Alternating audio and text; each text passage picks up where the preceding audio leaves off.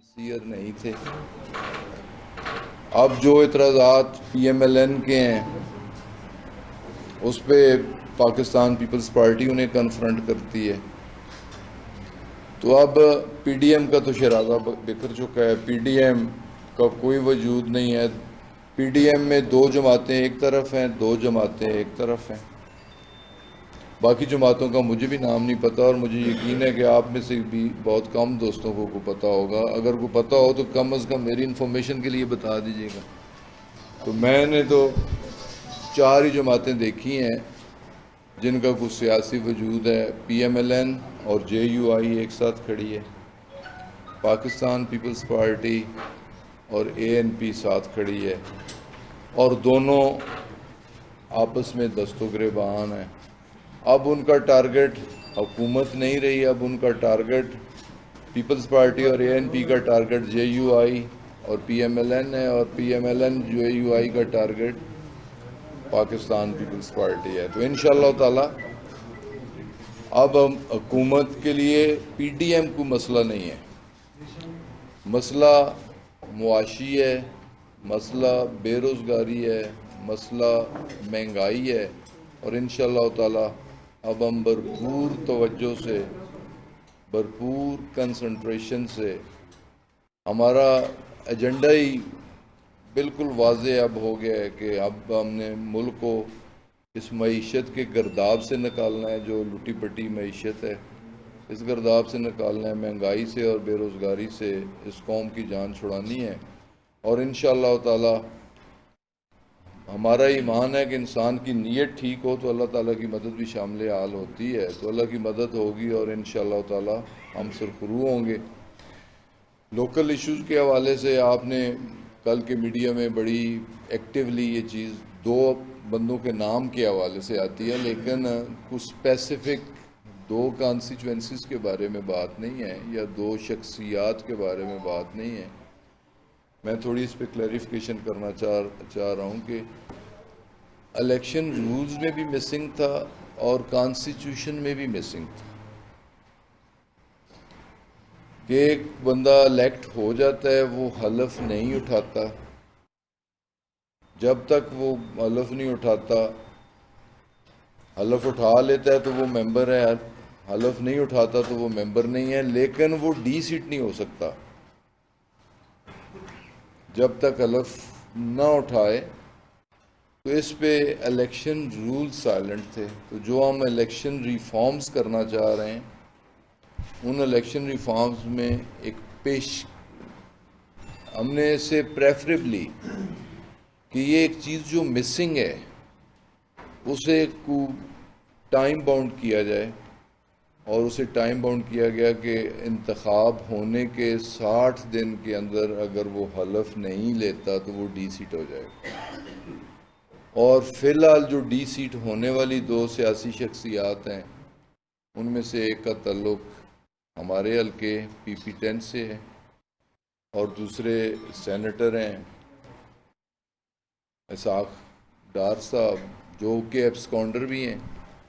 تو زیادہ مناسب تو یہی ہوگا کہ جو ایبسکانڈر ہیں انہیں واپس آنا چاہیے, اپنے ملک میں آ کے عدالتوں کو فیس کرنا چاہیے, مقدمات کو فیس کرنا چاہیے, اور سب سے پہلے اس ملک کے ساتھ اور جس ادارے نے انہیں الیکٹ کیا ہے وفاداری کا انہیں حلف بھی لینا چاہیے اور وفاداری کا ثبوت بھی فراہم کرنا چاہیے. اور یہی میری تجویز دوسرے صاحب کے لیے بھی ہے کہ اگر وہ نیشنل آ رہے ہیں,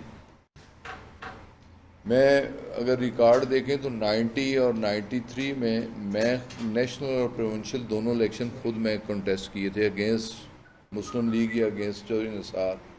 نیشنل میں آ رہا, پروونشل میں جیتا, میں نے پروونس میں لوگوں کی خدمت کی, پھر میں نیشنل پھر لڑا, گو میں آ رہا, اللہ تعالیٰ نے مجھے پھر 3 بار سرخرو بھی کیا. تو انہیں اگر پبلک مینڈیٹ ملا ہے, پروونس میں ملا ہے, تو 2.5 سال انہوں نے حلقہ کے عوام کے بھی ضائع کیے ہیں. 2.5 سال پی پی 10 حلقے کی نمائندگی سے محروم رہا, ڈیولپمنٹ کے حوالے سے, ان کے مسائل کے حوالے سے. تو انہیں بھی حلف اٹھانا چاہیے، اب بھی وقت ہے، انہیں بھی حلف اٹھانا چاہیے اور اپنے حلقے کو ریپرزینٹ کرنا چاہیے۔ اگر وہ حلف نہیں اٹھاتے تو یقیناً پھر وہ ڈی سیٹ ہوں گے اور فریش الیکشن میں ہمیں جانا ہوگا۔ تو بس آج کی اس پریس بریفنگ میں مجھے یہی کچھ کہنا تھا۔ اب اگر آپ کا کوئی کویشچن ہو۔ اچھا سر، لوکل آپ نے بات چیت کر دی، اس میں تھوڑا سا یہ بتائیے گا کہ برطانیہ کی جانب سے جو ریڈ لسٹ میں ڈالا گیا، اس کے بعد جو مسائل درپیش آئے، اس سے نمٹنے کے لیے سول ایویشن کے بطور آپ چکے ہیں اور واضح کے وزیر ہیں، کیا اقدامات کیے جائیں؟ لیکن جی، ایک تو سفارتی سطح پہ وہ تو گورنمنٹ نے اور فارن آفس نے اس ایشو کو ٹیک اپ کیا ہے، اور دوسرا برٹش پارلیمنٹ کے اندر بھی آواز اٹھائی ہے، برٹش پارلیمنٹیرین نے بھی، کہ یہ ڈسکریمنیشن ہے پاکستان کے ساتھ۔ پاکستان سے زیادہ سویرنیس ہے بنگلہ دیش کے اندر، انڈیا کے اندر، تو انہیں کوئی ریسٹرکشنز کا سامنا نہیں کرنا پڑ رہا اور پاکستان کو ریڈ لسٹ میں ڈال دیا گیا۔ تو اس پہ ان کی پارلیمنٹ میں بھی بات ہو رہی ہے، ان کے پارلیمنٹیرینز نے بھی یہ ایشو اپنی گورنمنٹ کے ساتھ اور پرائم منسٹر کے ساتھ ٹیک اپ کیا ہے۔ تو ہم اپنے طور پہ یہی کر سکتے تھے کہ پی آئی اے پر ریسٹرکشن چل رہی ہیں تو ہم نے چارٹرڈ فلائٹس کی، اور چارٹرڈ فلائٹس کر کے جو ایک ڈیڈ لائن دی گئی تھی، 13 فلائٹس چارٹر ہوئیں، اور 13 فلائٹس میں ہزاروں کے حساب سے، اب مجھے ایگزیکٹلی میرے پاس فگرز نہیں ہیں کہ کتنے لوگوں نے ٹریول کیا ہے ان ریسٹرکشن سے بچنے کے لیے۔ 3600 جو میکسیمم جا سکتے تھے انہیں ہم نے بھجوایا۔ جی سر۔ خان صاحب یہ بتائیں کہ ویسے وقفان حال تو اے ٹی ایم مشین ہی کہتے ہیں جگیر ترین صاحب کو، کل انہوں نے ایک اجلاس بلایا جس میں آپ کے صوبائی اور قومی اسمبلی کے ممبران آئے تھے۔ یہ سمجھا جائے کہ پنجاب حکومت پی ٹی آئی کے ہاتھ سے جا رہی ہے کیونکہ وہ فارورڈ بلاک بھی بنا رہے ہیں؟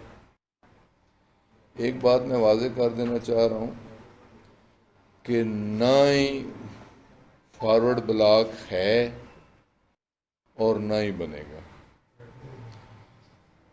آپ کی یاد دہانی کے لیے کہ اسی میٹنگ میں بہت سارے پارلیمنٹیرینز نے یہ کہا کہ ہم ریکنسیلیشن کے لیے پرائم منسٹر سے بات کریں گے، ان کے ساتھ زیادتی نہیں ہونی چاہیے، بات کریں گے۔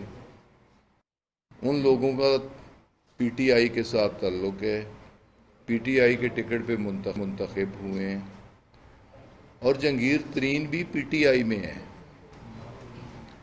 وہ پی ٹی آئی میں ہیں، نیشنل منسٹر ہیں۔